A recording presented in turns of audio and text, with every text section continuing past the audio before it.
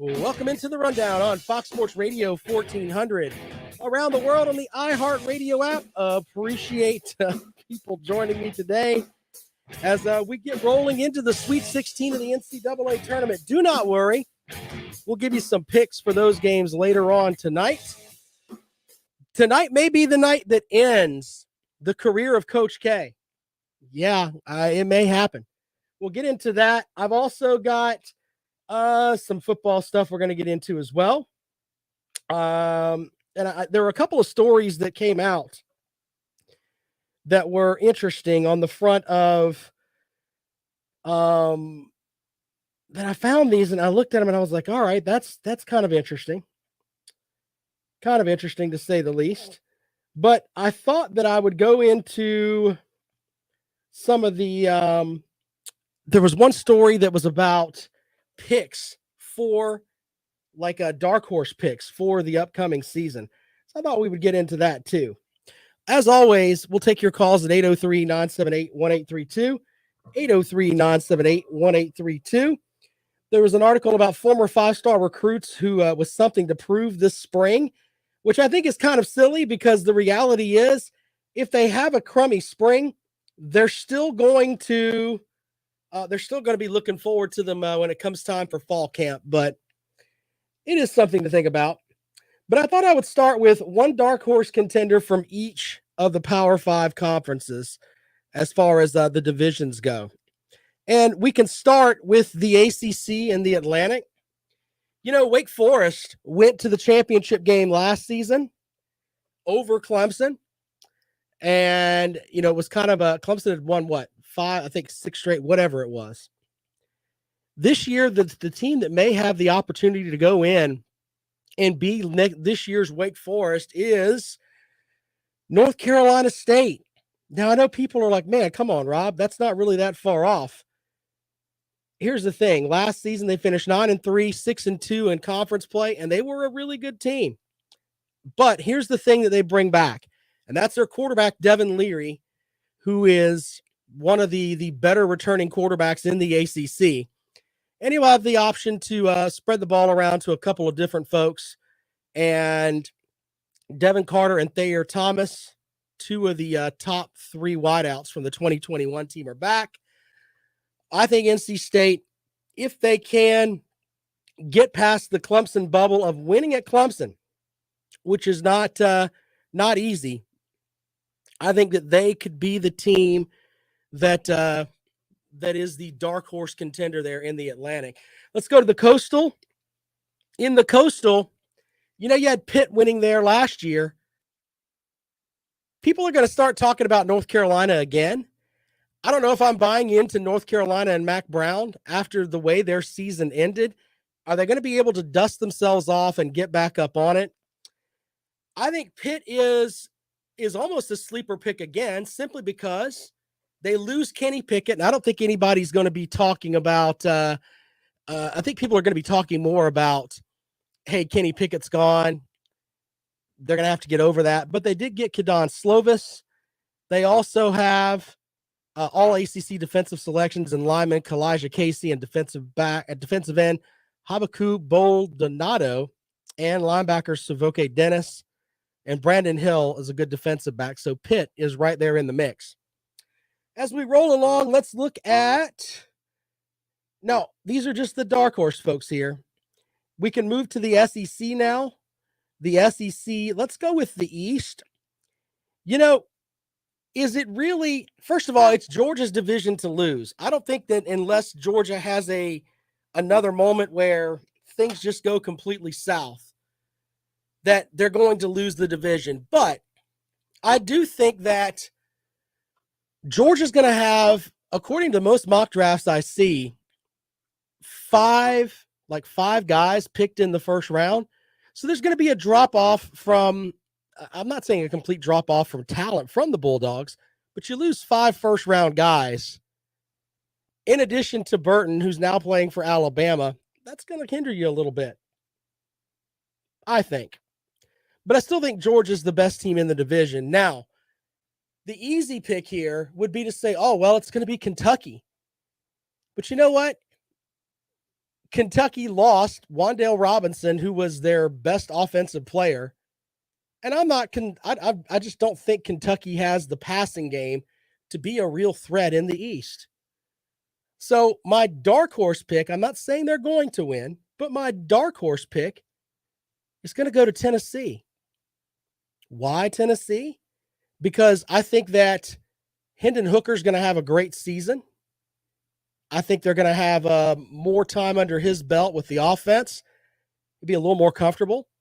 I think Tennessee is my dark horse pick. Right there with South Carolina. They could be in the mix too. If Spencer Rattler goes out there and says, you know what, I'm going to play like my hair is on fire because I've got one college season left, and that guy's going to the pros. If he can do that and get the Gamecock offense moving and Coach White keeps that defense improving, they're going to be a lot better off. But I think I'll give Tennessee the nod as my dark horse pick there. In the West, the West is hard for me to really pick, to be honest with you, because you're going to have, I think it's Alabama's division to lose. Texas A&M, even though Jimbo Fisher is a silly goose, they're going to be right there. But I do think that LSU might make it interesting. The Pirate is going to, I think in his third season, will have that offense humming a little bit more. But I'm going to go with Lane Kiffin down at Ole Miss. And I think that he's going to, even though he loses Matt Corral as my dark horse, I think that they have the opportunity. They could be a team that if Alabama slips, they could go. All right, so there's the ACC and the SEC picks. If you would like to join the program, let us know at 803-978-1832, as we'll take your calls this afternoon with my picks for the sleepers in the ACC and the SEC. Beggin Megan already chiming in. He says the West is Jimbo's to lose. Beggin Megan's he's drinking paint down there or something. I don't know what's going on with him. Absolutely no clue. Jimbo Fisher's never won the SEC West, so I'm not sure how it's his to lose. I don't know. 803-978-1832. Tom Brady with a good point here. Figured Arkansas would be the dark horse from the West. The West is absolutely loaded. So, yeah, I mean, you could throw Arkansas in there too. Their quarterback returns, they could be right there. I mean, the West is absolutely tough. I mean, it really, really is. But you got to make a cut somewhere, and Arkansas was right there, but not quite. 803-978-1832, 803-978-1832. Jay says, Ole Miss is taking Bama down in Oxford. I wonder if Lane Kiffin's going to be talking about getting his popcorn ready. We shall see. But, yeah, I mean, when you look at that, the Western Division of the SEC, it is just tough. Tough. Kirby's Visor says, if Ole Miss wins the West, Saban is definitely on the downhill slide to retirement. There could be that too. But trust me, there's going to be a lot of folks that are going to come at us. And I think Alabama, when it comes out, they're going to be the preseason #1 team in the country. They really, really are. They're going to be right there. Everybody's going to be with the love affair for Alabama, and justifiably so. They've got the best coach in the country, in addition to, a top 3 roster as far as a composite from 247 Sports. They're right there. Here's the thing, though. People like Beggin Megan say things like, oh, it's Texas A&M's division to lose. Texas A&M has to go to Alabama. I mean, yeah. Remember, winning at Alabama is not easy. It doesn't happen very often. You think that Texas A&M is just going to waltz into Alabama and win? I don't know. I don't know about that. 803-978-1832, 803-978-1832. That is the number to call if you would like to join us here on The Rundown on Fox Sports Radio 1400 around the world on the iHeartRadio app. Tom Brady says rumors are Kingston is supposed to be served his marching orders this weekend. Who knows? but where there's smoke, there's fire. I think he's talking about with South Carolina baseball. Gamecock baseball team not going into that series with Vanderbilt, losing that game to the Citadel where the Bulldogs walk you off. That's not what you want. Not what you want. And I don't know. South Carolina went from being a feared program in baseball, where every season they were a top 5 program, to now they're almost an afterthought. Anyway, we'll take your calls on my dark horse contenders at 803-978-1832. We're going to reset the Sweet 16 too. We're going to look at the potential for some upsets. The Athletic did a great article on, they tried to put science into the mix about which teams could upset who. Yeah, that's interesting too. So we'll get into that in a moment when we come back. I do want to get into a couple of other things. I'm going to read you the letter that Graham Neff, the athletic director from Clemson, sent out to the folks about Brad Brownell. And it kind of gives you an idea where he wants the basketball program to be. Let's go out to the phones, 803-978-1832. Oops. All right, they'll call back, 803-978-1832. That is the number to call if you'd like to join us here on the rundown. Justin online says Tennessee looks fantastic in baseball. Yeah, they got some kid throwing 104 miles an hour. I mean, I don't know how long he's going to keep that up, but oof, that's pretty fast. Megan says South Carolina is the armpit of the South. I will not take you bashing our fine state, sir. Will not have it. Tom also says there's really nothing else you can point to other than coaching for that group. They have some of the top facilities in the nation, paired with a rich winning history, which can be sold to recruits. And by the way, if you look at the recruiting rankings for the baseball team, they haven't fallen off. They're top 10 every season. And you go and you look at the baseball stadium that's down there. It's beautiful. They've got great facilities. So what Tom's spinning there is great. I think it comes down to, and this is just my own personal thoughts. I think analytics is something that Kingston takes into effect. I think a lot of times the best managers are the managers that can take analytics and just what their gut tells them and mixes the two together and then makes decisions. I think that's kind of the way that's kind of the manager you want. And I think that Kingston relies a lot on those analytics, and it may end up biting him. Kirby's Visor says Tommy John surgery in the future, throwing 104 miles an hour in college. Yeah, you're right about that. Man, they're throwing the ball that hard. You're just begging the ligaments to just go away. I don't know. But I do remember the days of South Carolina being a dominant baseball program, and it's just not quite there. Clemson's ranked in Baseball America's top 20, but they're not a top 25 team. They're really not. They gave up a touchdown and a field goal in the first inning the other day to Coastal Carolina and got ran out of their own building. That's not what top 25 teams do. It's not what top 25 teams do at all. We're at a point now where the last, our state has great baseball teams in it. The last national champion was Coastal Carolina, though, when they won it, 4 seasons ago, something like that. But when you step back and you look at it, it's just, I don't know if it's an issue of development. It's not an issue of recruiting, at least at South Carolina. Maybe it's an issue of transfers. I don't know. I really don't know.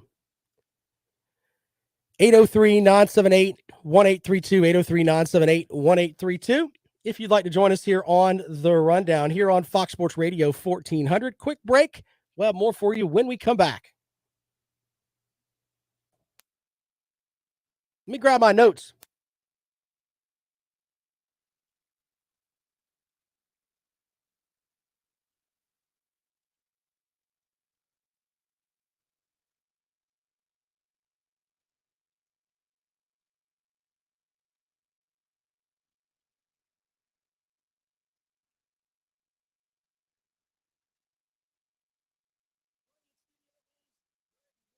So I mentioned this on the show before there, Papa B, that I've talked with 3 different junior college coaches in the state of South Carolina, and they claim that they can't even get assistants to come and scout their teams. And these are programs that are pretty good. Let's just leave it at that. I promised them I wouldn't completely out them, but let's just say that one of the programs was in the Junior College World Series within the past 5 years. Okay. So they're not fly on the wall programs. These are actually really good coaches. And they claim that they can't get, and this is what the coaches tell me, they can't get folks from that staff to come and look at their guys. So guys that other SEC coaches will come down there and look at them, and they want their guys, but the guys want to go to South Carolina, and they can't get someone to come and look at them. It's pretty silly.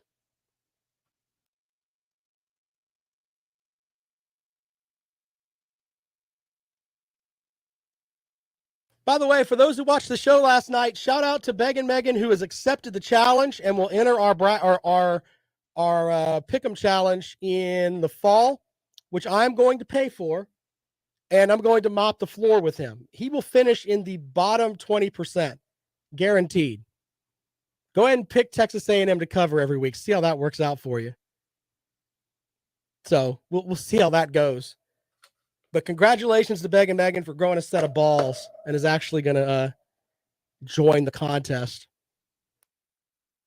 When that comes up, the rest of y'all can get in too. Here are the people that I think will finish ahead of Beggin' Megan. Papa B, Kirby's Visor, Tom Brady, Aaron Brown, Justin. Who else is in the room? All of y'all will finish better than he does. He might finish down there with Bluegrass Sports Media. He might.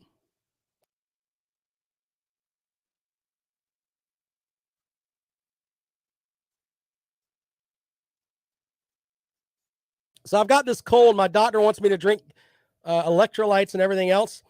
I made a mistake and bought lime cucumber Gatorade. It is piss. Do not drink this stuff, but ugh, what a mess.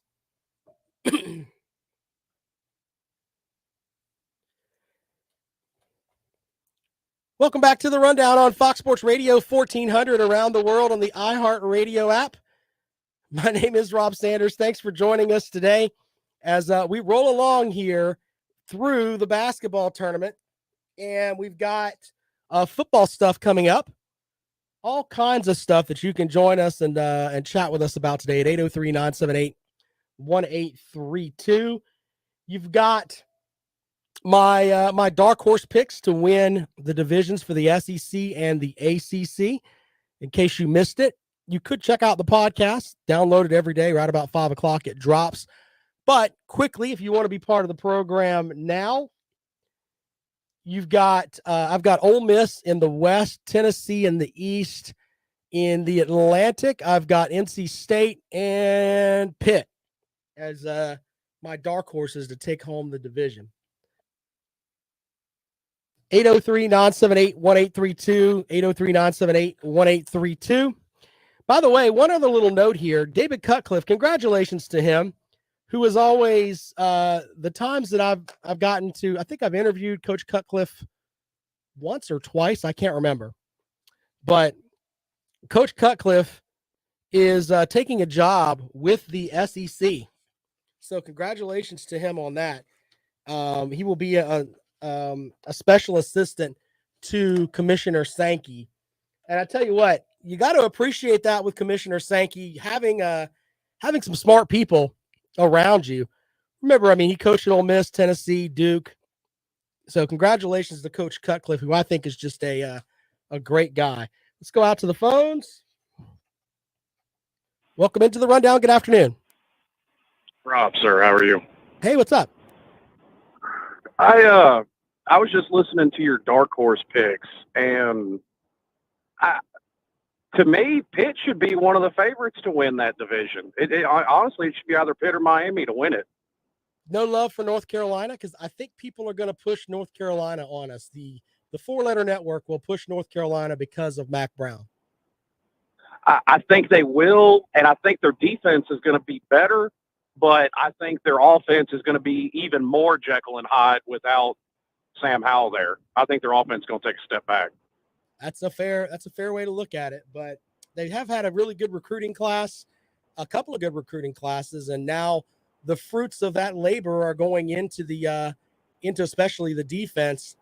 And, I don't think people are completely sold on Miami yet, because I think it's going to take some time for Cristobal to get it done. But yeah, you're probably right. Maybe Pitt is the favorite. I think with losing Kenny Pickett, I don't think they're going to get as much fanfare as the other teams in the division. Yeah, but they're not just starting over from scratch. They brought in that transfer from USC to play quarterback. Right. Yep. I added so that. Yep. I think they're still going to be a tough team.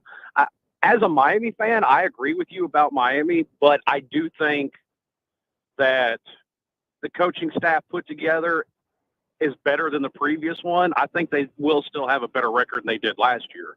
All right, I'm going to say something about your Hurricanes, and you can tell me whether I'm a liar or not. Do you think the academic portion of Miami wants the football program to be as good as it was back in the glory days when they were slapping people around? It's never really been a secret that there's always been a fight between sports and academics there. I don't think they really care. Normally, I would say they don't really care, but they've paid more for the last 3 head coaches than they have ever paid for head coaches before, and especially Cristobal by a long shot. So, I mean, for the first time really in the history of that program, the university actually is spending some money. They're not broke like a lot of people think. They're just very cheap. They're trying to ball on a budget, right? Well, they've gotten lucky in the past. I mean, Jimmy Johnson was not a big name when they hired him. They were able to get him cheap. Dennis Erickson was not a huge name when they hired him. Butch Davis, they got lucky. I think that is the easiest explanation for it. And eventually that luck ran out with, Larry Coker and Randy Shannon and Al Golden and all that. Yeah. I just wonder from stuff that I've heard that maybe the academic portion of the university is not really in as far as with the athletic portion, And I completely agree with that. But I think one of the biggest problems, and I think one of the key downfalls of the Miami program when they started to slide in the mid-2000s was the president of the university. Donald Shalala just pulled money from the program left and right and sunk it, everywhere else in the university, and it never got replaced up until now. And they've gone beyond even replacing it to upping their budget to where it's never been before. Well, we shall see how it shakes out down there and how the new coach shakes out, because I've heard interviews with him and he sounds like he's $1 million. He sounds like they brought in a Porsche. I mean, he really, really does. So, I mean, they're doing what, in my opinion, what Shane Beamer did last year, which is winning the offseason. Now, none of that may matter when we get to September, but it sure does make you feel good heading into talking season. It does. And I have questions about Cristobal as a head coach. Now, I've tempered some of it because, I look at the fact, okay, Oregon was his first ever Power 5 head coaching job. So as long as I still see progression from him as a head coach, bringing in guys like Charlie Strong, Kevin Steele, Frank Ponce, those are all really, really, really good coaches. So I think that can help make up for some of Cristobal's own deficiencies. And like I said, I'm not expecting the world out of them this year. Probably a better record than they did last year, but let him recruit and let that staff recruit the way everybody knows that they can, because they're all considered elite recruiters. And somewhere in the next 3 to 5 years, I think that program can make some noise. All right, man. Hey, appreciate you joining the program. Thank you so much. Yes, sir. All right, 803-978-1832. B. Bean says Miami is not Ivy League, Rob. They're ranked 55th in national universities. University of Florida is 28th in national universities. Look, and I get that, but when you have, and there's been stuff put out down there about, funding going to football and other sports, and they're thinking that maybe the academic side's not getting what they deserve. That's kind of the message down there. When you have everybody in tune together, or you have leadership that basically pulls everybody into a room and says, look, we're all going to be on the same page here, and we're not going to go out and have stuff that's going to be aired out in the press. Yeah, that's kind of what you want. Anyway, good call there from the gentleman from Miami, 803-978-1832, 803-978-1832. That is the number to dial if you'd like to join us here on the rundown. Tom asked if I brought up the 21 NCAA violations Clemson had in the past 2 years per an article by the state. I read through some of them, and violations are violations. And in my opinion, I could read all of them, but if I did, some of them are just silly. Some of them are about the rowing team. Seriously, some folks don't know that Clemson has a rowing team. So that's kind of why I didn't bring that up. But yeah, it's the NCAA gives these violations out for some of the silliest things. You made a call outside of a window here. I mean, it's just a mess when it comes to all of that. But yeah, the NCAA, I stand by what I said about that. They're a toothless organization, and I could rant on the NCAA all day long. All right, but I do appreciate you bringing that up, Tom, being part of the show today. That's awesome. Let's take a quick break. We come back, we'll have more for you here on The Rundown. This is Fox Sports Radio 1400.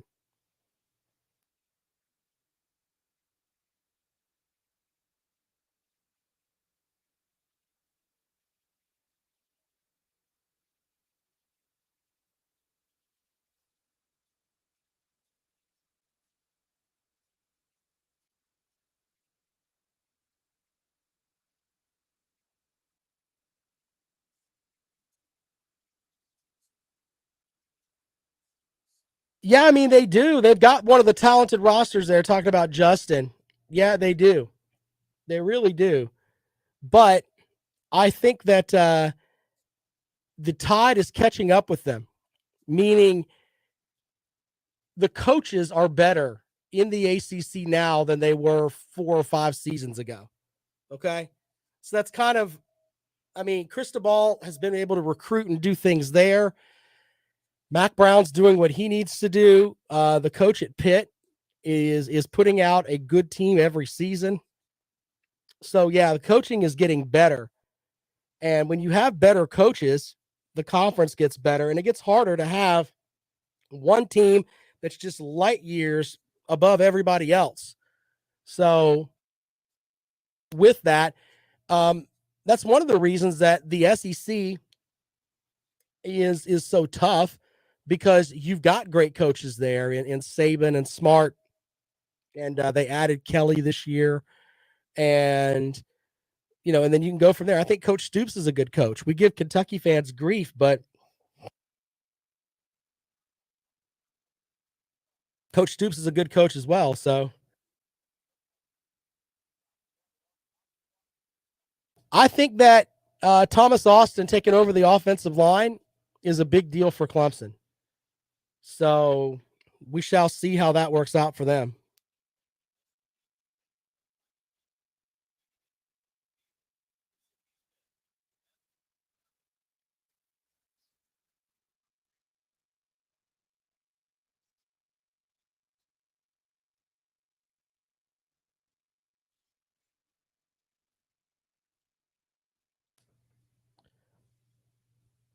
Welcome back to the Rundown on Fox Sports Radio 1400. Out to the phones we go.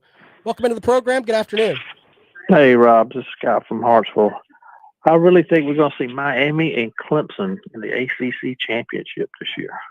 I remember when that was a couple, 3 seasons ago in Charlotte, Mm-hmm. and the Miami fans, the Miami fans were thinking, we got it, and then they didn't.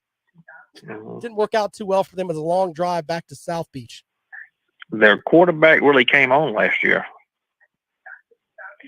Yep. And I think Mario Cristobal is definitely an upgrade, and I think they got some talent down there. Well, and once again, my picks today weren't picks for to actually win the division. It's dark horse teams that could make it interesting.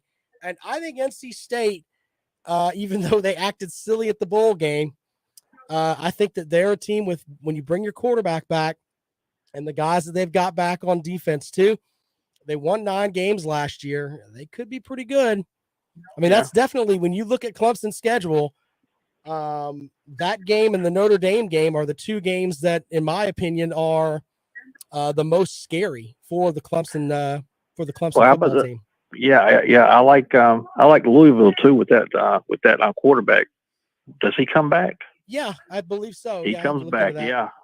But I think the Louisville Boston College defense quarterbacks too. yeah. Louisville defense is trash. Louisville defense is not very good, and Jerkovich back for Boston College. Back for Boston College. Yeah, underrated. Jeff Haley up there has really got them doing some good stuff. So we'll see how that works out. Did you hear the big news going on today on ESPN? I saw ABC, CBS. What's that?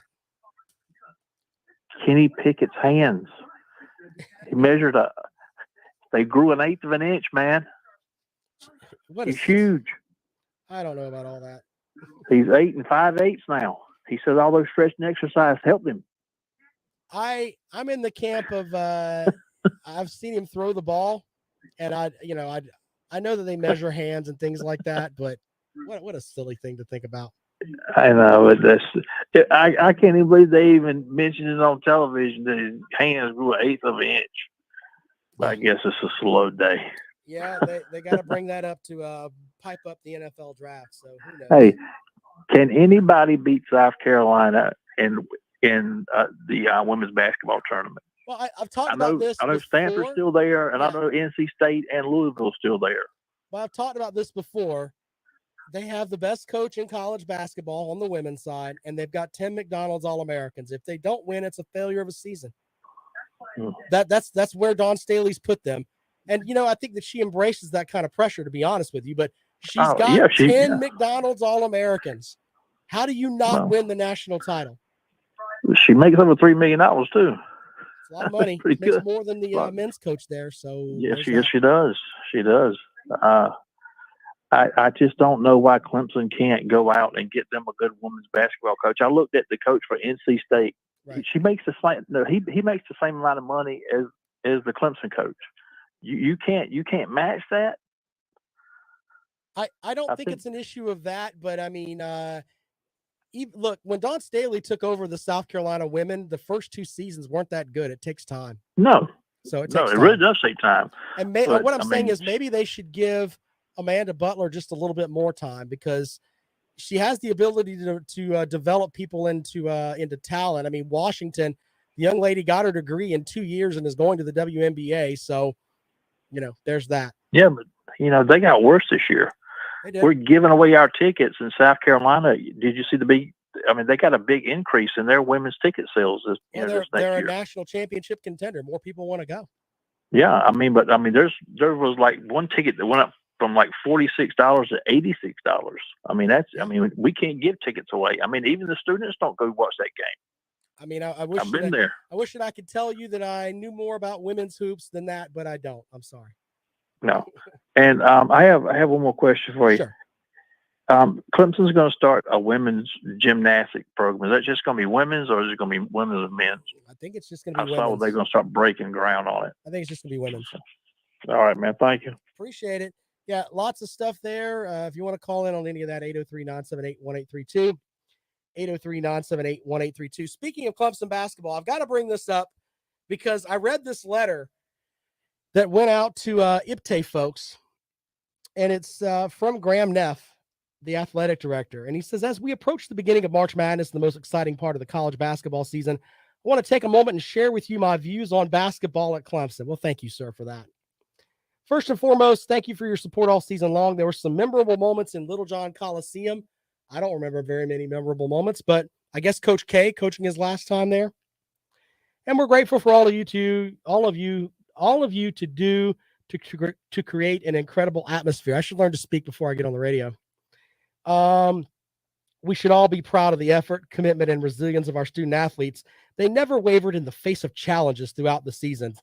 Clemson Athletics has high expectations for all 21 of our varsity sports programs, and we do not and will not shy away from our pursuit of the highest levels of excellence and championships. This year's men's basketball team did not meet our expectation, nor those of head coach Brad Brownell and student athletes. There were a number of reasons for the results, but we realize this is a bottom line game, In the days following the ACC tournament, Coach Brownell and I met several times to discuss the state of the program, potential offseason changes, and plans for next year that would return us to the NCAA tournament. Basically, let's just put this into simple language. He had a meeting with Brad Brownell, and it's basically, go to the NCAA tournament. That's where you need to be. So maybe next year will be the year where we go from Brad Brownell, we're being told, well, he's a nice guy, and the players love him. Maybe it's time to hold him a little more accountable, because let's be honest, the ACC is not the ACC of old. Okay? Yeah, Duke's doing their thing. North Carolina's in the Sweet 16. Miami's right there. Florida State wasn't very good this year. Syracuse wasn't very good this year. I mean, we can go down the list. You've got a slew of teams that weren't very good at all. And then you see a team like Wake Forest who went out and jumped in, and they finished with 11 conference wins, something like that this year, just barely missing the tournament. But I do think there's also a section of Clemson fans that look at basketball, and they're sort of like the way Georgia fans are with basketball. As long as the football team is winning and they're nationally relevant, they don't care. So you need more Clemson basketball fans to care about basketball. And once that starts happening, I'm sure things will start mixing up there a little bit at Little John. 803-978-1832. Tom says the memorable moment was when Collins tried to kill the guy from Duke. Yeah.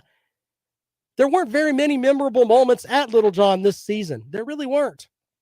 Women's team won, 4 games? Something like that. I mean, they weren't very good either. And Clemson basketball as a brand right now is looked at as a bottom feeder in the ACC. And it takes a lot to get away from that. The transfer portal is going to heat up, and Brad Brownell, he's gotten guys from it before. But he's already lost Nick Honor, who was like third on the team in scoring, averaging 11 points a game. Even though, let's be honest, Nick Honor is 5'11" and a transfer from Fordham. When you're playing against bigger guards in the ACC, you couldn't even really run him out there. You couldn't. And he would do the best that he could. But he's a Fordham-level player. And I think Brownell wants to take these Fordham-level players and coach them up and try to get them to a point where they're an ACC team that is level across the board. It's not going to work. You need a lot more PJ Halls. And there's only one of them right now. 803-978-1832, 803-978-1832 is the number to call if you'd like to join us here on the Rundown this afternoon, right here on Fox Sports Radio 1400. Of course, around the world on the iHeartRadio app. Appreciate you checking us out there. Chat room is up. Go check it out, foxsportsradio1400.com. More of the Rundown when we come back. This is Fox Sports Radio 1400.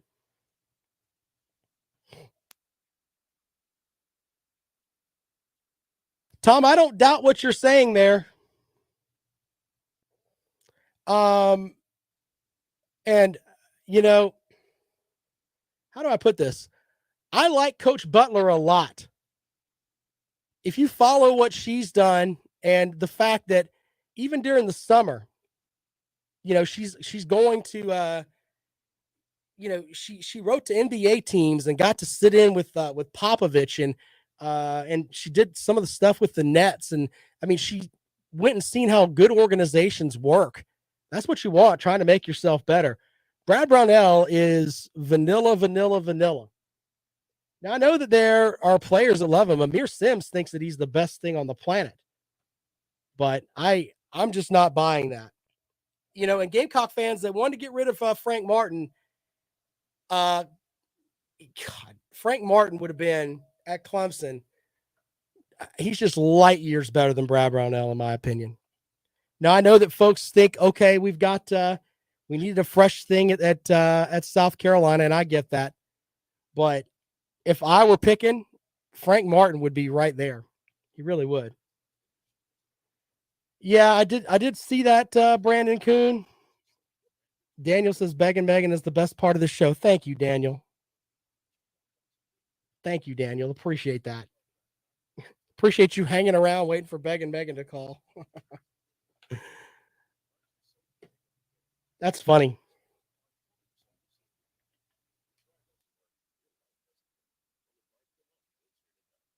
Yep.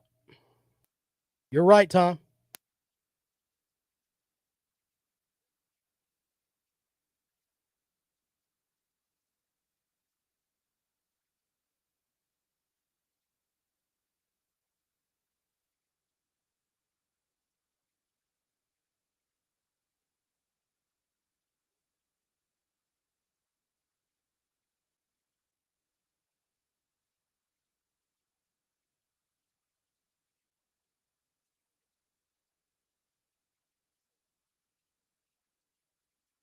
I mean, you're in the tournament, right?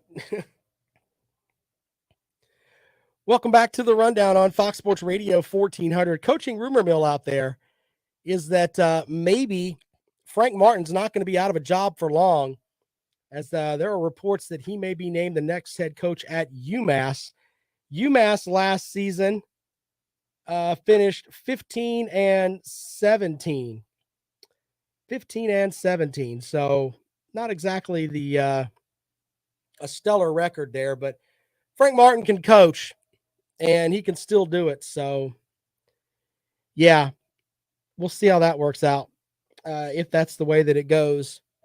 Anyway, we're taking your calls at 803-978-1832. Tomorrow on the program, we're going to talk some NFL stuff with Levon Kirkland. He joins us in studio. Love having the NFL legend come in and chat with us and just talk football, pick his brain. I mean, he's coached in the NFL. He's coached in college, all-decade player in the 90s. And he showed me a video clip that Kevin Green sent him where he made like a 10-yard run to just plow a quarterback. You forget how fast Levon Kirkland is. So 803-978-1832 if you want to join us. Tomorrow we'll be on the air with that. Resetting the field. Let's pick the Sweet 16 before we get out of here. Arkansas and Gonzaga. I think this is one of the more interesting matchups in the Sweet 16. And I personally think that Arkansas has a chance, but Gonzaga is just too good. So give me Gonzaga to advance.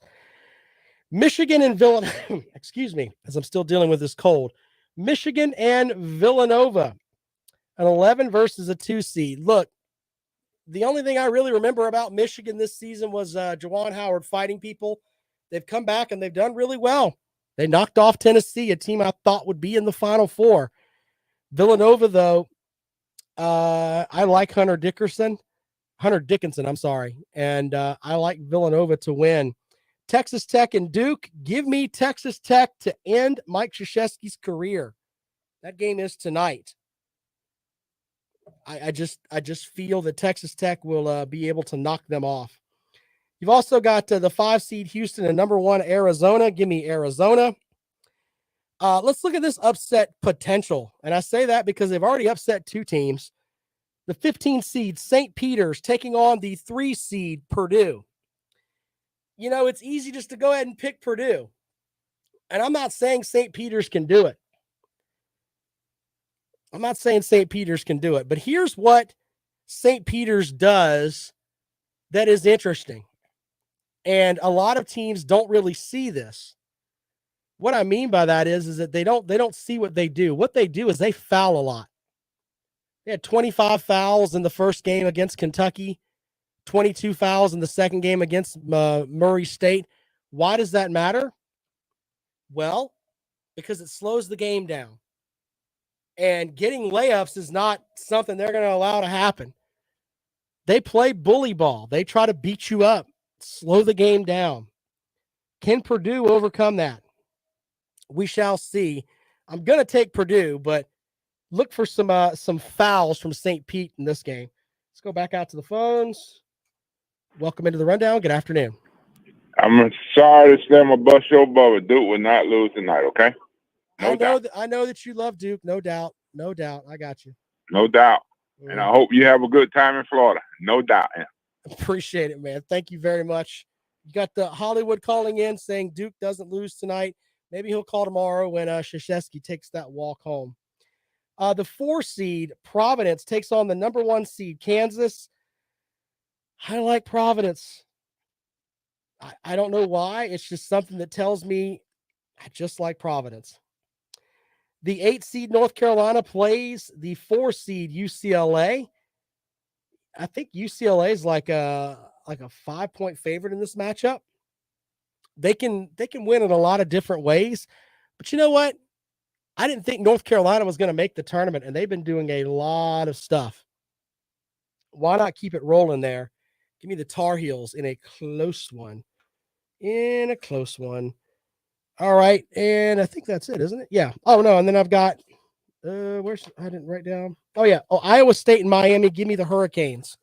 I think the Hurricanes will be in the Elite 8. So there's that. 803-978-1832, 803-978-1832. Brandon wants to know my thoughts on Eric Musselman. Well, he's the only SEC coach coaching right now in the NCAA tournament. So I guess he's the best in the SEC this year. He's not ducking calls like John Calipari did at the end of his season. Collect his $8 million and don't answer to the fans. He didn't do that. Yeah. So there's my opinion on Eric Musselman, who's been coaching everywhere, by the way. What he coached at Nevada, was in the NBA coaching for a while. I mean, he definitely knows. Papa B says women's games have point spreads. Yes, they're getting to a point now where you can bet on women's games, which means people will start watching more women's games because they can bet on them. And I know that sounds silly, but even people want to bet on everything. Our fine governor here doesn't think that we have the capability of dealing with betting, which is why he takes money from casinos but will not allow us to bet here. Just throwing that out there. But yeah, that's one way that they're starting to, certain odds makers are starting to put lines out there on women's games. And once you can bet on it, people will watch. People bet on video game championships. Like you can actually see that. Who's going to win the Madden Bowl or whatever it is. They bet on that. Yeah, it's a mess, but they're definitely going to get into, there are some spreads on that. All right. So, by the way, South Carolina made it official today from Ray Tanner. Lamont Paris is the right choice to lead our men's basketball program. When we began this search, I said we wanted to hire someone with a winning coaching history who has the energy, passion, and commitment to excellence in all areas of the student-athlete experience. Coach Paris checks all of those boxes. And on paper, he does. He's going to make, I think it's like $2.1 million. It's like a $12 million contract over 5 seasons. So he's going to have to hit the ground running and win some people over, starting with the AAU coaches and hit that transfer portal. As Stevenson's already left the program, he's going to go somewhere else. We shall see how South Carolina basketball matches up. Anyway, Levon Kirkland joins us tomorrow here on the Rundown. We'll talk football tomorrow. There's so many moves in the NFL. Tom Brady coming back. We'll get his opinion on that. Aaron Rodgers and Pat Mahomes don't have their number 1 receivers. How that's going to affect them. Is Miami the Renaissance team this year? Because they've spent a ton of money. We'll get his thoughts on Deshaun Watson signing with Cleveland for a guaranteed $230 million. Yeah, we'll talk with Levon Kirkland about that tomorrow, right here on the Rundown on Fox Sports Radio 1400. Of course, as always, around the world on the iHeartRadio app. Don't forget Lawton Swan of Clemson Sports Talk. He is the czar of Clemson Sports. You can follow him on Twitter at Clemson Sports, and he will get you squared away. Gotta love the Swan. More of the Rundown tomorrow, right here on Fox Sports Radio 1400. Enjoy the games tonight. Jacked up for some of those games, man. It's going to be good stuff. We'll see you tomorrow. All right, guys. Appreciate you.